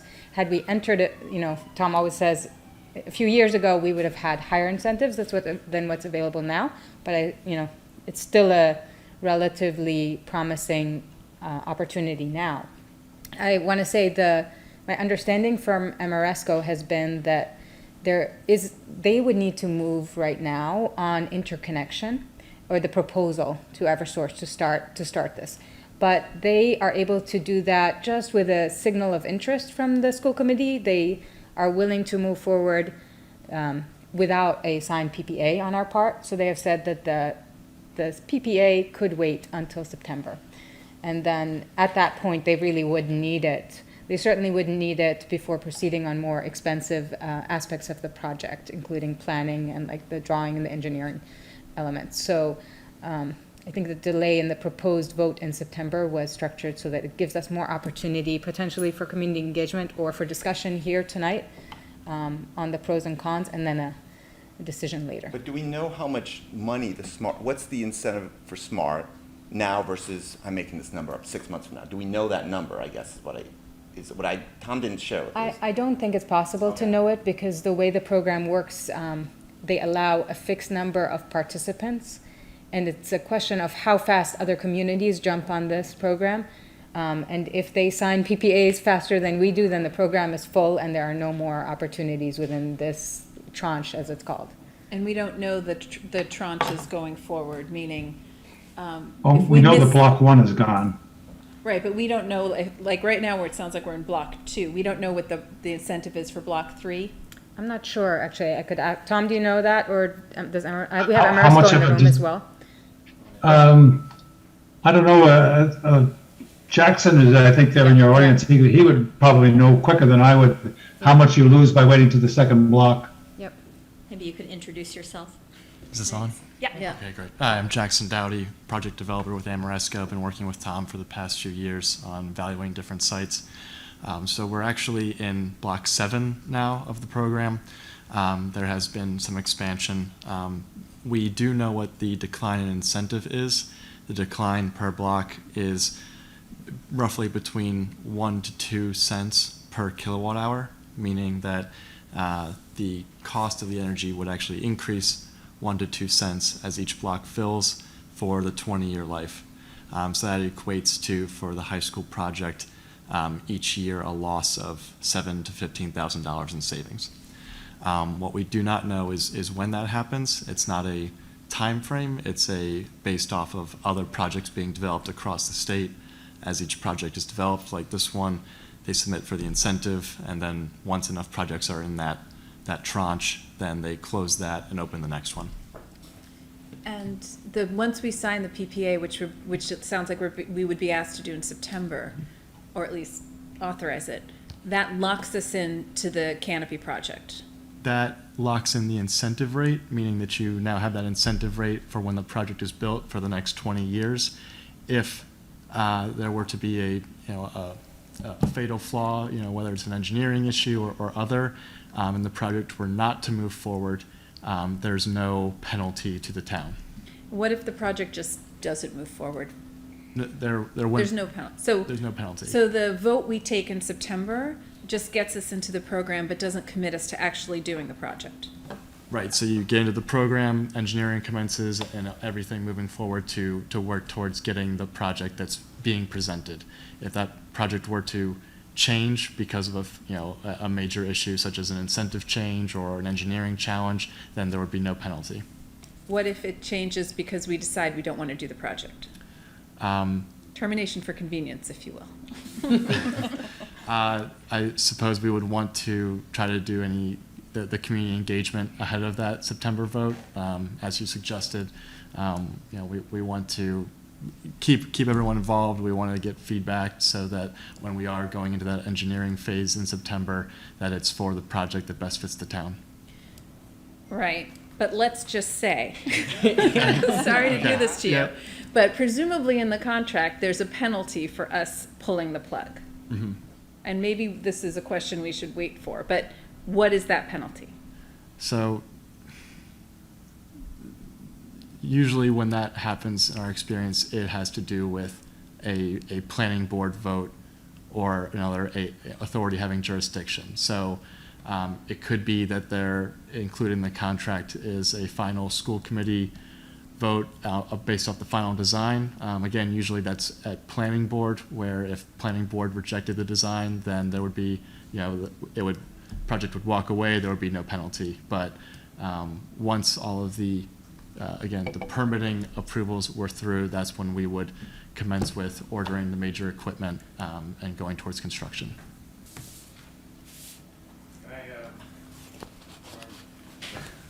I don't think he answered the question. Yeah, I'll swap with you. My name's Mike Backus, resident of the town since I was 16, and I've been involved in this project from the get-go, going way back. Answering your question, there's a point in time, once we order $2 million worth of equipment, you can't terminate unless we're in default or there's a buyout provision, which is fine. So what typically happens, you sign this PPA, and it's got a lot of stipulations in it, board approval, permits in hand, et cetera. Once all the stipulations are met, we move forward. But tonight, I think you said eloquently, we're not looking for any commitments to move forward with the project. What we're looking for is some kind of sense of interest, so we have the ability to go to the utility and start engaging with them to get the interconnection moving. And that's the critical path. Even if we get all that, and in August you just decide, change our mind, that's it, there's nothing. Right. So the timeline seems really condensed to me, just knowing, summer and half the town leaves in August. So that doesn't leave us a ton of time to socialize it. And it's also not clear to me, like, whose job it is to get everybody on board. Is that us, or is it WEAC, or is it the town? I'm not really sure. Well, we would take your lead on socializing, be more than happy to do all that, right? And so we could have meetings here at the library, anyone wants to come in, explain it. We can go site visits, tours of existing facilities we've done in the area. It's not as much our... Go ahead, Tom. I'm sure that the members of WEAC would love to promote this. Yeah. It's not as much our timeline. The issue with the timeline is really, it's the incentive program. And it's a matter of when does that get filled up and then it's gone. And we've already seen that. We've seen the degradation. And the concept of the incentives is basic. It's many years ago when less people were doing solar, giving them as much money to get them to do it. And now what's happened is, you can appreciate solar's really taken off. They don't need to incentivize as much. So you're just slowly seeing the grants go lower and lower and lower. But on the flip side, costs of panels are coming down, and so it's somewhat compensating. Even the tax credit at some point is going to go away, and then that's a big chunk, that's 30%. So it's not an Amoresco timeline, it's simply the government, yeah. My other concern is related to what Tony was saying. If this is potentially going to take things away from the students, especially now coming off a time where we've taken a lot away, Yep. I would want to be absolutely convinced that we've exhausted all of our other avenues across town. And I don't know that we have that information. At least I don't. We're just... Yeah, I'd be thrilled to socialize this. I think people will be receptive. I'm sure there'll be some that won't be. Having taken my little ones to Westwood Day, I think it actually improves it, because you don't need to put a lot of tents up. The reality Right, is and the that shade could be they can nice. be under the Yeah, shade. yeah, it could be nice. And it's, I think it only improves it. If you go, the best thing we ever did, and this was a couple of years back when we talked about the campus, is we said, look, don't talk, go see a site. They're not far, right? And we had people coming back saying, wow, all right, we want it. I remember the Council on Aging, they love the idea because it reduces the ice on the road for them. It's easier to walk. They come out, their cars aren't hot. I met with the chief of police few years back. He had, at that time, a few officers that had slept and were out on leave because of it. And he wants to put it across the back because then he's not going to have as much of that issue. So it's, we've done hundreds of millions of dollars in this kind of work across the country. And it's good stuff. And having, having been a resident here and continue to be a resident, the last thing I want is people coming and knocking on my door because they're upset with the product. And I think we've been a good partner all these years with the town. I think the other program worked out great. And Tom is absolutely right. I mean, you folks, the reality is your electric rate is a function of energy, of fuel costs. And you pay for fuel costs, not the utilities. It's all passed through.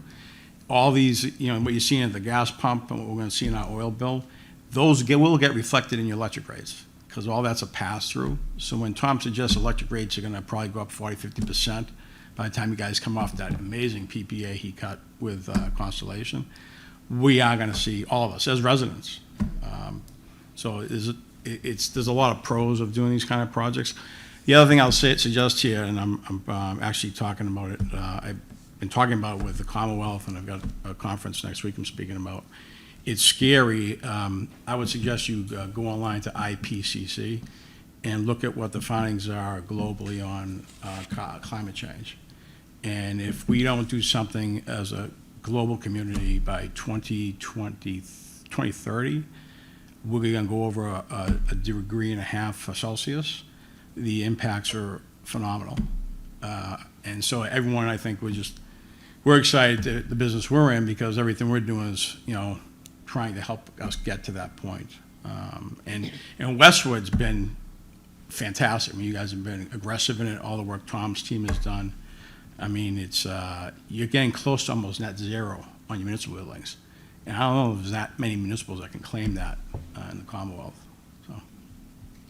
I mean, Amanda, I certainly can go back and have some conversations with Amy and other folks at the high school. I have to say that, like the class night event, we had already talked before about how we can put up a big screen on Flake High Field and have people bring long chairs. Yeah. It doesn't have to be that format. We did the drive-in format for COVID reasons. And, I think Westwood Day, it could still work, and we would really have to think if there are other things that we do in the parking lot. Usually we park in the parking lot, You and could so we commit- should think about You that. guys will commit that there's 0 parking lots, because we have a parking crisis at the high school. We have people parking all the way in the maze. Let's say we have that. You will commit as part of this process, we do 0 parking spots. I don't know who the you is you're talking You. to. I mean, I we don't don't know. People- We're I'm asking somebody. we're should asking commit the this. people doing And the you do not project. lose a single parking Yeah. spot. Well, I think the best way to do it is just show you our plans, and that will show that the parking. 0. Yeah, we'll just show you the Okay. plans. Make that as part of the sign off to the project. It's fine with me. Well, I would like to thank everybody for the insight. But I'm gonna get home and walk the dog. But thank you very much for your help and for the questions. I think what they're looking for tonight is, are we interested in saying, we are interested, but we're not taking any votes till September. We don't have to make any final decision.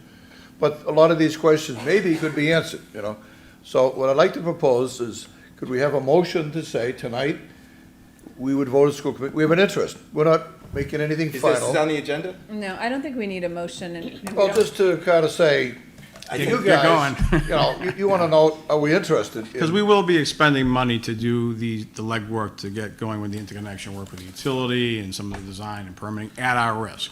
But not a formal motion, but a sense, would we like to maybe at least say we're interested? Number 2, I think, I'd like to get a lot more information on the schools that have done it. Sure. What problems, what was the resistance, did they resolve those, how did they accommodate all that?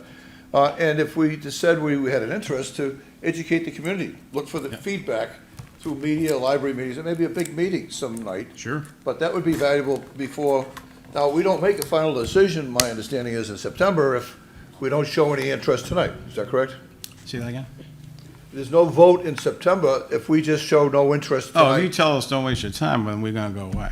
But what if we say nothing? Well, I mean, I think you'd That's a like good to- question. I gotta be a my reader. Yeah, well, what I'm looking for is, does the committee feel, at least there's an interest in looking more into this before we make a final decision? That's all we'd be looking That, for. I'm not looking for a formal vote, but Yeah. I mean, I vote would to say, continue. I do, but I caution you to not get ahead of the community with this, right? Like, I really think that we learned a hard lesson with that solar farm, and this should not be a repeat of that, because this, if anything, is going to affect more people than that solar farm did. And I just think that, Well, I can tell you, I have no interest, Maya, because we spent an obscene amount of money that we had to write off Right. for that. That would have been a phenomenal living learning lab for the kids, right? You wouldn't have seen it anywhere. The kids would have learned about it. They'd actually create. We had something really special planned, and it got crushed for. We won't get into the reasons. So I don't feel like. but I spending that think kind you of need to money. look at the reasons, because. Well, I think what it means is that, well, the unfortunate part, there was some other circumstances, I think, especially relative to the school project, that decisions had to be made to move forward and not, They were independent projects. they were meant to be independent. But Right. the point is, But my I point agree is with you that 100%. that was not socialized, I right? agree with you 100%. That program was not socialized. I think it did have some great benefits, but and if we're gonna move forward with this, I think it's an interesting project. I'm certainly want to hear more. To Amanda's point, we do want to see the bigger picture. Where does this fit into the bigger picture? But I just don't want to get ahead of the community with this, and there's gonna be a lot of questions about this, and somehow, someone needs to figure out how to communicate this out. Yep, I would rather have the community and the town kill it early than drag it on and have me spend a lot of money and kill it later. So I'm not of any interest of Right. wasting any time. And I fully agree and happy to do any kind of, multiple events to educate the community and let them decide.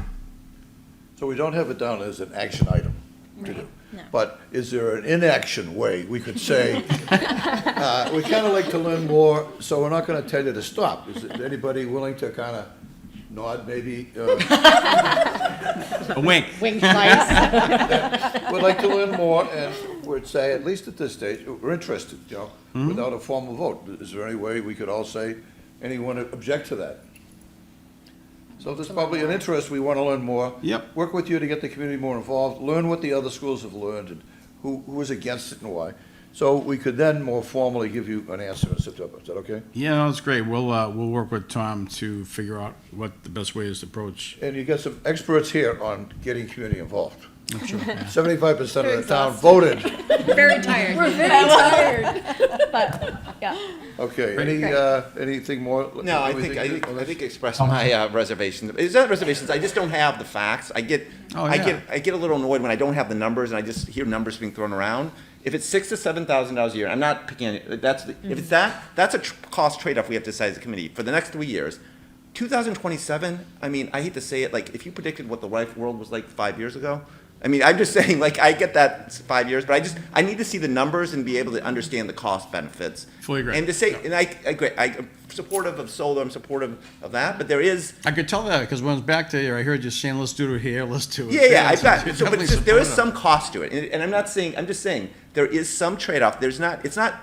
It does limit us maybe small, it might be a small limit, but there is some small limit if we put these all up. It limits something we may be able to do in the future. I'm just saying, at least I believe. You may not agree as a committee, but I'm just saying, we need to weigh those. Well, costs and I a bit. think the thing is that, and I fully agree with you, is that you don't have all the information. Right. So you have to take that position of, all right, well, and I get it. I've been in your shoes, right? I know this back in the early 90s, I was on town committees here in Westwood. And whenever I felt cornered, I felt like I can't make a decision, right? So the good news is today was not to corner you or to push something, it was to say, to socialize with you, hey, we want to do a second phase. Yep. And let us start down that path. And if it sounds great, or if fatal flaw comes up, kill it, it's fine.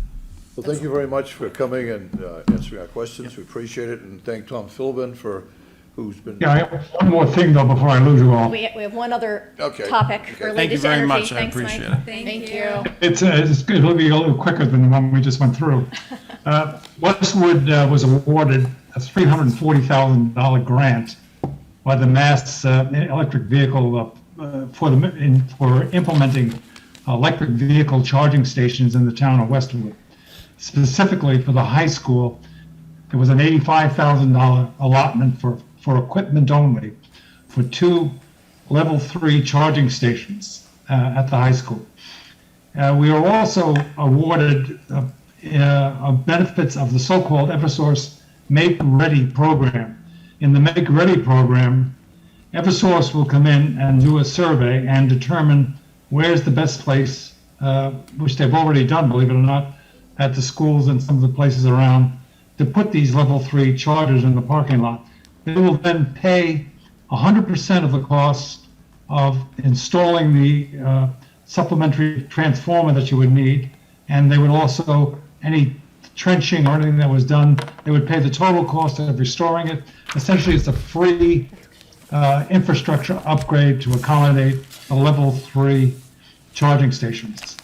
There are 2 of them that would go in, and that would be 4 parking places, and it would be in the faculty parking lot.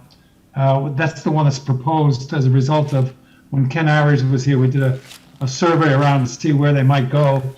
And the most logical place was in the faculty parking lot, because then these stations are available for people who would come for meetings that might be in the evening as well.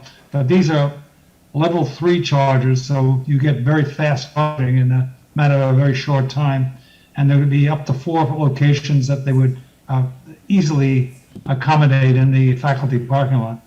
So what I need now, again, is permission to go forward. We've already got the permission to do it at the Council on Aging and at the police station. There's going to be 2 identical or similar, at least, stations put up in front of the police station and 4 slots there. And the police have now got their first Tesla police car, believe it or not, that's going into service over the summer. And then we have a 4th location at the main library, which is problematic because of the location of transformers. But aside from that, we still have this grant, and it's $85,000 for each of 4 locations, and it's on whatever the cost is for the infrastructure upgrades will be totally picked up at all of these locations by Eversource. So what I need is just concurrence to go ahead with the ones for the high school parking lot. Plum and I are in support of this idea. We have staff members with electric vehicles. We think this would be good. And it's at no cost, Tom? No cost. Yeah, I Who mean, does the ongoing repair and maintenance of it? I just want to add, in the memo, it was specifying that the actual electric cost, like the supply, the user, the person charging their vehicle would pay, so we would pass that expense directly to them. And then there are like potential really minuscule costs that we might incur. We could probably work those into the cost that we charge users, the people who are charging their vehicles. For sort of ongoing We've maintenance. had 2 stations over at, 2 level 2 stations over at DPW now for 4 or 5 years, and nothing has gone wrong with them. Tom, how long does a level 3 take to charge a car? Is it an hour, 2 hours? No, 1 hour. It's high speed. 1 hour. It depends on the size also. If I get you have to see the cost. We got a bid, I got to stay within the 85 grand, and if I can get like a 75 kilowatt capacity charger, it'll be a lot faster than if I got a 50 watt. But I think a 50 watt will do it in 2 hours or 1 hour. That's if you're going from 0 to 100. But no car pulls in with nothing left. And even if they're only there an hour, they'll get 50% charge up in that time. So it's very, very fast. Well, we're 20 minutes behind on our schedule, so the dog is panicking. What I would suggest is, because it's not an action item, that we all just kind of nod if we think it's worth. What I like to do is also that we get involved in the policies and procedures, who gets access to them, who's the priority, how do we maybe not have a lot of teachers with the cars yet, but, who has them at night, but, I mean, the bottom line is, I think that's the future, it's worth having them, and for the money, would there be a general nod of everybody that we would support? Okay, thank you. All right, Tom, thanks, thank you very Tom. much for all your help and Thank your you, work. Tom. Thank you. We're very lucky to have Tom. He's been cited by the state of Massachusetts for all the contributions he's made statewide. We're very lucky to have him in our town with all these suggestions. Yeah. Any further questions for Tom? Okay, we're moving on then. Thank you, Thanks, Tom. Tom. Thank you, Tom. Good night. I know. The superintendent's evaluation. Yes. We give that to our former chairman to lead the way on that, and we're asking for input from the school committee to as best we can. Thank you. So this is the annual review, and I'm just going to give a summary, and then I will circulate the written version. So just breaking it down by goals. So the first goal, professional practice goal, is to engage in year-long teacher diversification, learning community, specifically as it pertains to the district goal of hiring, recruiting, and retaining a talented and diverse workforce. I think this year you did a lot of activity in this area. This was great. You certainly demonstrated a dedicated effort to prioritize this work, and we saw significant progress in the goal. I wanted to specifically note the following accomplishments that you led, and you mentioned some of them earlier. Revising hiring practices to provide training to hiring leads and improve job postings, and implement consistency in screening and evaluation process. Obtaining grant funding to improve outreach and educational opportunities. As you mentioned, you created and filled the Director of Equity, Integration, and Community Partnership position, which has provided critical expertise and perspective toward this goal already and will continue to. And then finally, I think the district saw an increased diversification in both faculty and staff overall. So we encourage you to continue your efforts, and we commend you for the ones you have done already with respect to this goal. So that's been great. Second, student learning goal, create a school environment where all students feel academically challenged, supported, and experience a sense of belonging. So some of the key actions here related to the equity audit and also to conducting focus groups and surveys. I think, as you noted in your self-reflection, some of these goals weren't met for various reasons, mainly logistical challenges, revisualizing content and purpose. Notably, the focus groups and surveys and equity audit haven't yet been implemented because the former is now a part of the latter. And we did run into some challenges with the RFP for the equity audit. Having said that, I think the district was still able to implement a lot of programming designed to support a diverse student population. And the school committee commends you for that and recognizes that. I would say there was also a number of communications that went out this year highlighting this work. I think so we certainly appreciate that, but I think more of that. We should, we're doing a lot of work in this area, and we really should be selling ourselves a little bit better. So we would encourage you to consider not just continuing that communication, but considering an increase in that. With parents, both regarding what the work the district has done and the district work that it intends to do. I also noted, I think a lot of the programming was at the secondary level, so I think that it would be great to expand that into the elementary level a little bit more. So that is the second goal.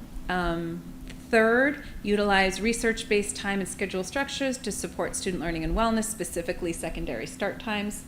A lot of progress made in this goal in 2021-2022. You co-chaired the school start times subcommittee. You met monthly. We've already heard a lot of results from surveys. We already have a community forum on the books. There's been a lot of behind-the-scenes discussion about the logistical challenges, the administrative challenges. So I think the school committee feels like this goal has really been met with gusto, and that we encourage you to focus your energy specifically on maybe staff engagement in this area, but to continue the good work that you've been doing with respect to that goal. A fourth district improvement goal is to continue to engage the community long-term capital planning for other school buildings, including Hanlon Deerfield. This one, very excited about this goal. I mean, honestly, you've been working on this for 6 years, 7 years? What's Something like something that. like I that. don't know. Yeah. And it all culminated in October Yeah. with this amazing vote, huge majority vote in both the town meeting and the special election. The school committee must commend the superintendent, I'm going to read this, for your ability to maintain the rigorous meeting schedule required for the project, address the myriad of educational and programming design issues that came up in the design process, coordinate stakeholders both within the district and in the larger Westwood community, and communicate each stage of the project effectively and transparently to both the district community and to Westwood residents as a whole. Your success in this area is even more remarkable, given that you did it during COVID. So we recognize and further commend you for your work on this goal under those circumstances. It was truly remarkable. So the project now moves into construction. We thank you for your demonstrated willingness to continue to move the project forward. In addition, we know that you continue to look at Sheehan and those capital needs, and that this school committee, along with the district, will continue to focus on Sheehan. And then just, there's, some specific comments about certain areas. I wanted to talk about one, specifically family and community engagement. So I think, as we've all recognized, 2021-22 was a period really of unprecedented community engagement with the district. There was the fatigue of the ongoing pandemic, there was political strife at the national and local levels, and just a general dissatisfaction with existing conditions. So all of that combined to create an environment in which public education specifically was scrutinized on every single level.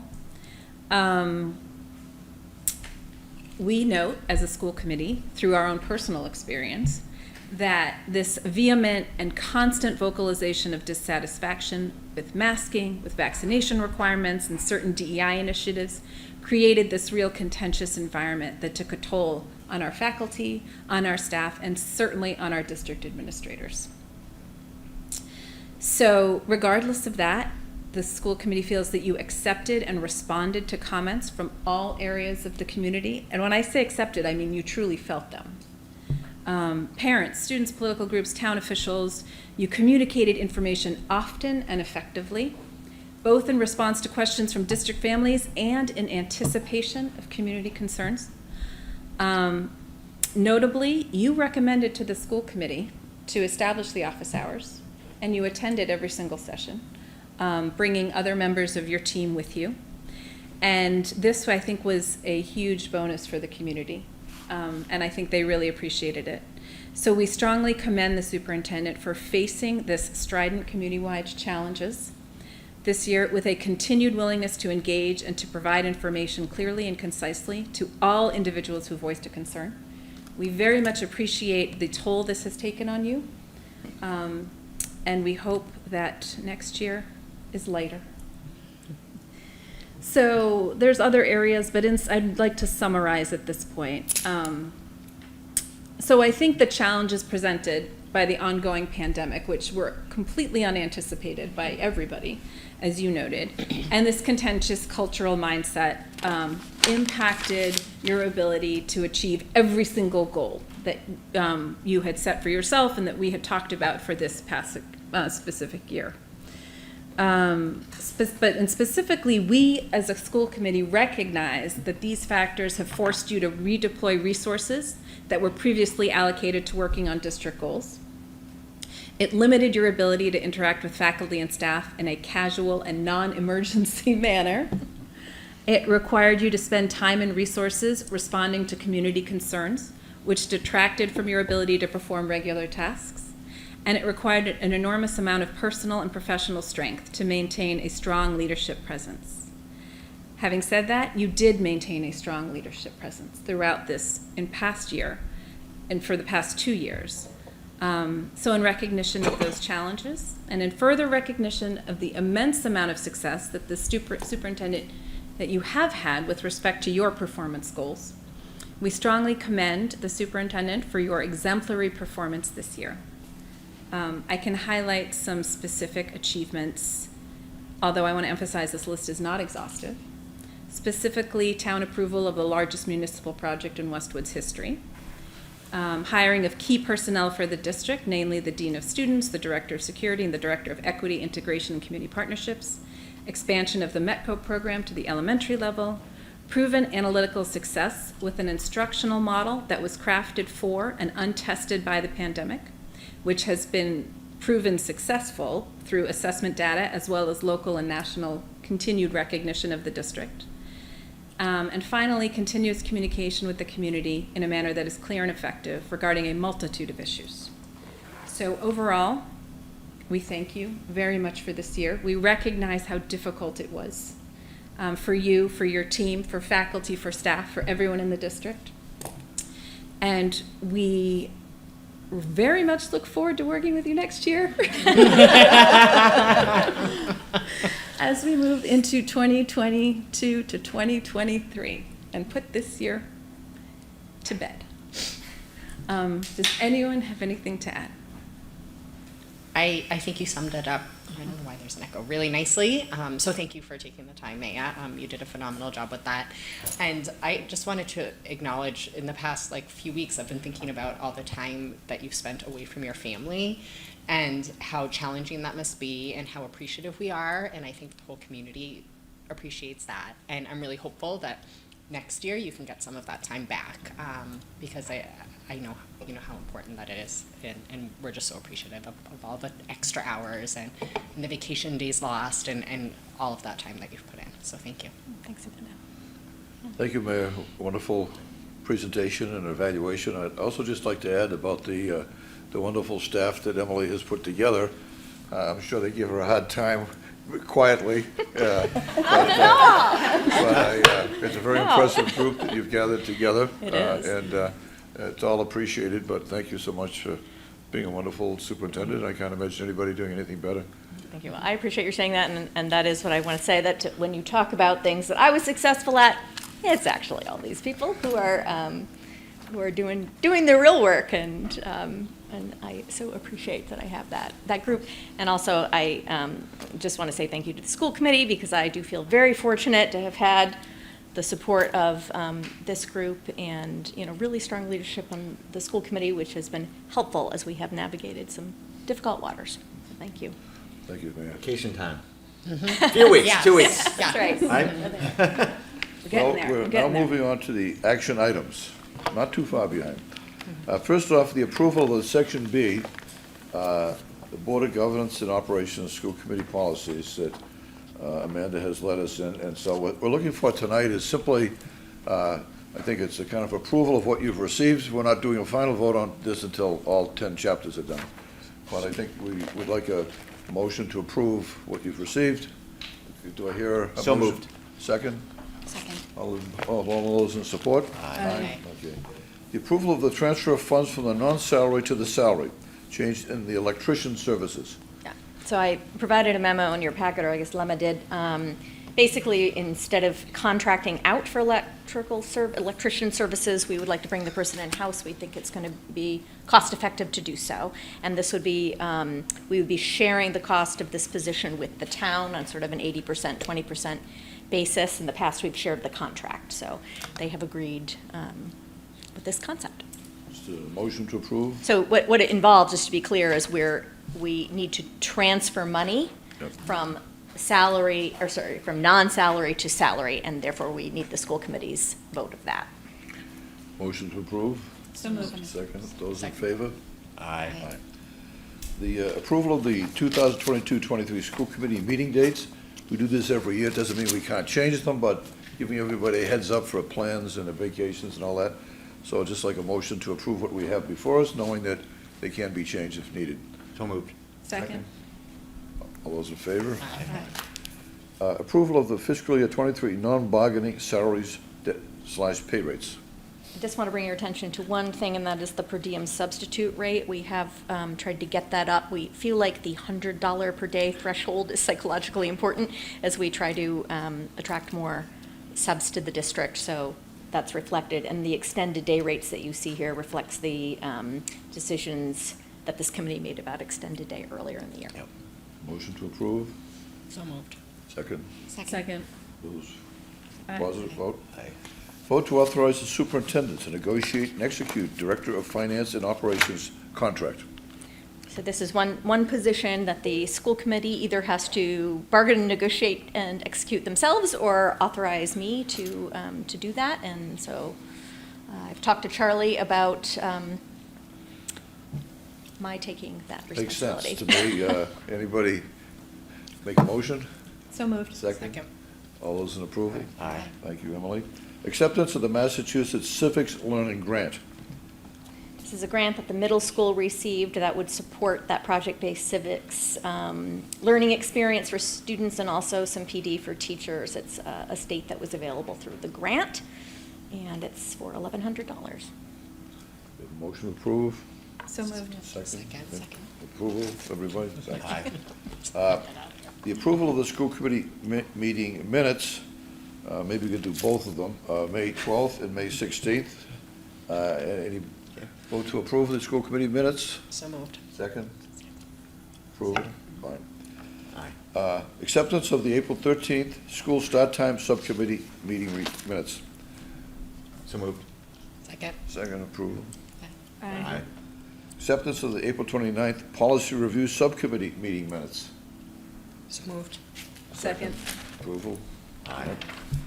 And any new business that anybody has that'd like to bring up? Thank you all for your patience. The school committee will remain just after the meeting for a few things, but do I have a motion to close the meeting? Just want to be clear, just scheduling things. We're not deliberating. No deliberation, just a schedule. Anyone's welcome to stay and listen to the schedule. Yes. A motion to close the meeting? So moved. Second? Second. Thank you all for coming. Aye. Charlie ended on time.